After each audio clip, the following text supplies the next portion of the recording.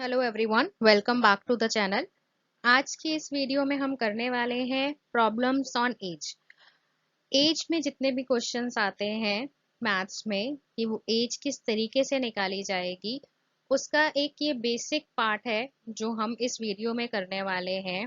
Basic questions हैं कि किस तरीके से हमें एज निकालनी होती है जब भी दो पर्सन्स की एज के बीच में कंपैरिजन की बात की जाती है। तो अगर आपको ये वीडियो पसंद आए तो please like share and subscribe करना मत भूलिएगा।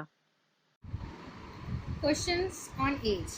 अब जब एज के क्वेश्चंस की बात की जाती है, यानी ऐसे क्वेश्चंस जिसमें एज के बारे में पूछा जाता है, यानी कि उम्र के बारे में बात की जाती है, ऐसे क्वेश्चंस में हमें क्या चीज़ देखनी होती है? सबसे पहले हमें ये नोटिस करना होता है कि क्वेश्चन में किन्हीं दो लोगों की, यानी कि दो पर्सन्स की एज के कंपैरिजन के बारे में बात की जाती है। यानी कि उन दोनों लोगों की एज को कंपेयर किया जाता है, एक को दूसरे से कंपेयर किया जाता है कि एक की एज ज़्यादा है, दूसरे से कम है, या टाइम्स में है, या क्या कंपेयर कर सकते हैं, वो उस हिसाब से वो कंपैरिजन देते हैं।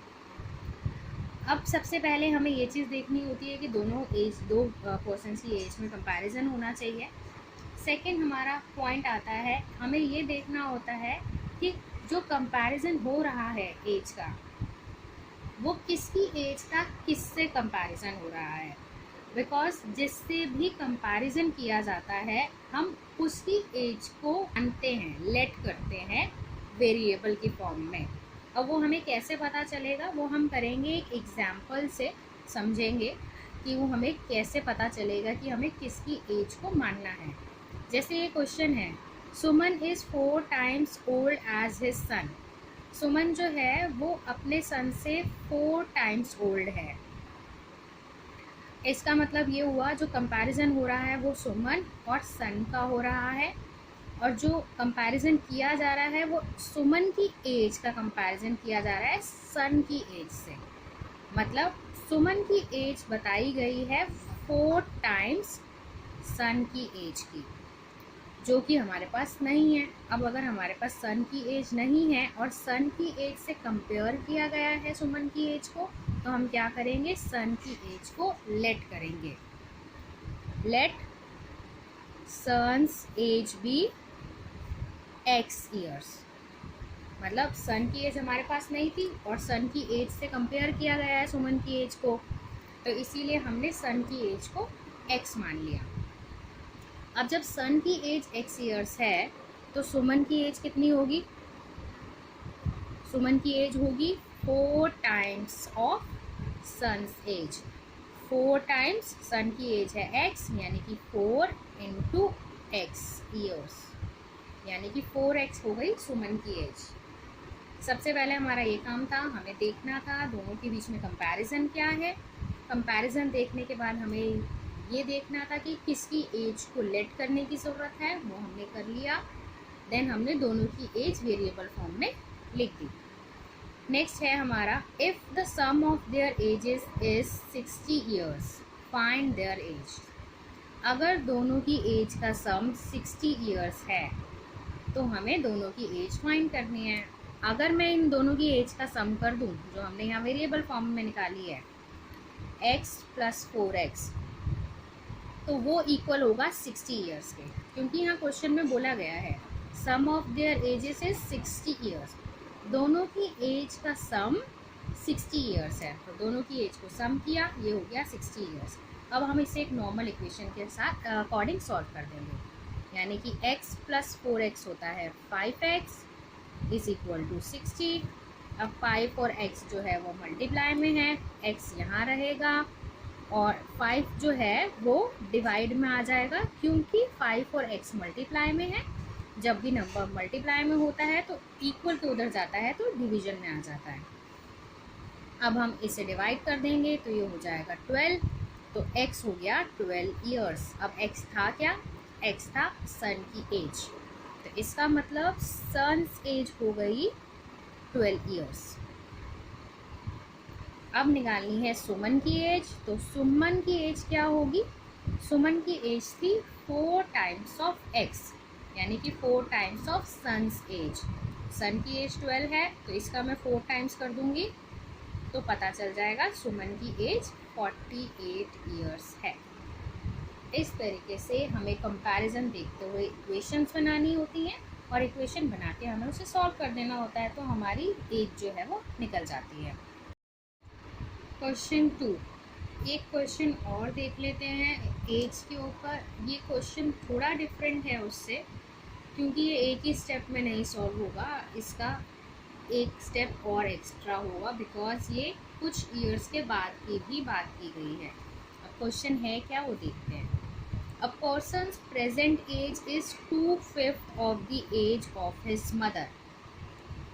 अब सिर्फ ये पहली लाइन पढ़ के हमें ये पता चल गया कि एक पर्सन की एज को कंपेयर किया गया है उसकी मदर की एज से। सो जैसा मैंने पहले क्वेश्चन में भी बताया गया था, जिसकी एज से कंपेयर किया जाता है उसकी एज को हम मानते हैं, लेट करते हैं। अब यहाँ पे पर्सन की एज को कंपेयर किया गया है मदर की एज से, तो हम क्या करेंगे, let mother's age be x. हम मदर की एज को x ईयर्स मान लेंगे क्योंकि हमें नहीं पता है वो कितनी है। अब इसने आगे इसी लाइन में क्या बोला था, a person's present age is 2/5 of the age of his mother. तो उस पर्सन की प्रेजेंट एज क्या हुई,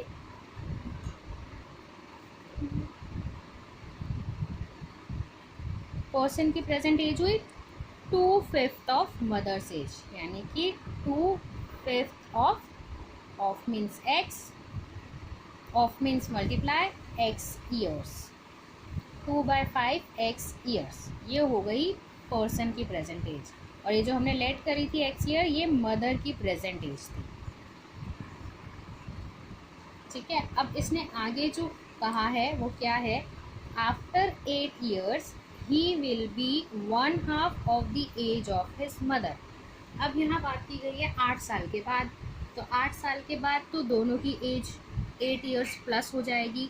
तो इस इक्वेशन को बनाने से पहले हम क्या करेंगे, जो ये सेकंड लाइन में इसने बोला है, इसकी इक्वेशन बनाने से पहले हम क्या करेंगे, इन दोनों को 8 ईयर्स बड़ा कर देंगे, यानी कि आफ्टर 8 ईयर्स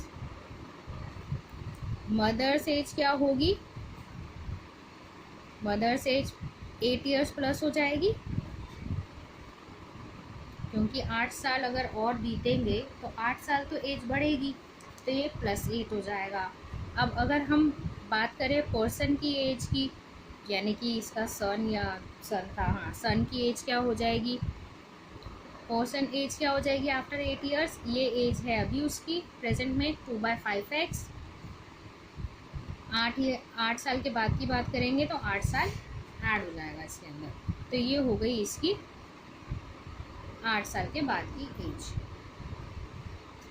अब ये लाइन हम दोबारा पढ़ेंगे क्वेश्चन में जो दी थी, after 8 years he will be 1/2 of the age of his mother. 8 साल के बाद क्या हुआ, इसने बोला ये अपनी मदर की एज का हाफ हो जाएगा, यानी कि 8 साल के बाद मदर की एज ये है, सन की एज ये है। 8 साल के बाद ये अपनी मदर से अगर कंपेयर करे एज को, तो ये अपनी मदर की एज का हाफ होगा। अगर मैं इसकी मदर की एज को हाफ कर दूं तो इन दोनों की एज इक्वल हो जाएगी ना। कंपैरिजन में इसने बोला 8 साल के बाद मदर की एज का हाफ होगा, तो 8 साल के बाद जितनी भी मदर की एज है ना, अगर हम उसको हाफ कर देंगे तो वो इक्वल हो जाएगा सन की एज के। ये थी 8 साल के बाद सन की एज, ये थी मदर की एज। मदर की एज को अगर मैंने हाफ कर दिया तो दोनों बराबर हो जाएंगे। अब वो कैसे हम सॉल्व करेंगे, जैसे हम एक नॉर्मल इक्वेशन सॉल्व करते हैं, यानी कि इस हाफ को हम मल्टीप्लाई कर देंगे ब्रैकेट वाले दोनों से, 1/2x, तो ये हो गया 1/2x प्लस इसको अगर हम करेंगे तो ये हो जाएगा 8/2, जो कट के हम 4 भी लिख सकते हैं सिर्फ, और इक्वल के इधर आएंगे तो 2/5x प्लस 8। नंबर एक साइड कर लेंगे और x वाले एक साइड कर लेंगे, इसको हम कट कर देते हैं, ये 4 हो जाएगा। तो ये है 1/2x, ये है प्लस का 2/5x, इधर आएगा तो माइनस का 2/5x हो जाएगा। ये है ओनली 8, ये 4 प्लस का है, ये इधर जाएगा तो माइनस का 4 हो जाएगा। अब हम लेंगे इसका एलसीएम यानी कि 10, और इसको हम सॉल्व करेंगे तो ये हो जाएगा 5x माइनस 2 टू ज़ा 4x, और ये हो गया 8 माइनस 4 यानी कि 4।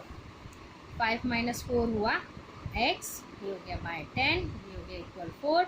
ये डिवाइड में है, इधर जाएगा तो मल्टीप्लाई हो जाएगा, तो x is equal to 40 years. अब x हमने माना किसको था? x हमने माना था मदर की एज को, और इसने हमें क्वेश्चन में बोला है how old is the mother at present, और ये मदर की प्रेजेंट एज थी x ईयर्स, और x हमने निकाल लिया है 40 ईयर्स। तो मदर्स प्रेजेंट एज क्या हुई? 40 ईयर। बस ये हमें निकालना था इसमें।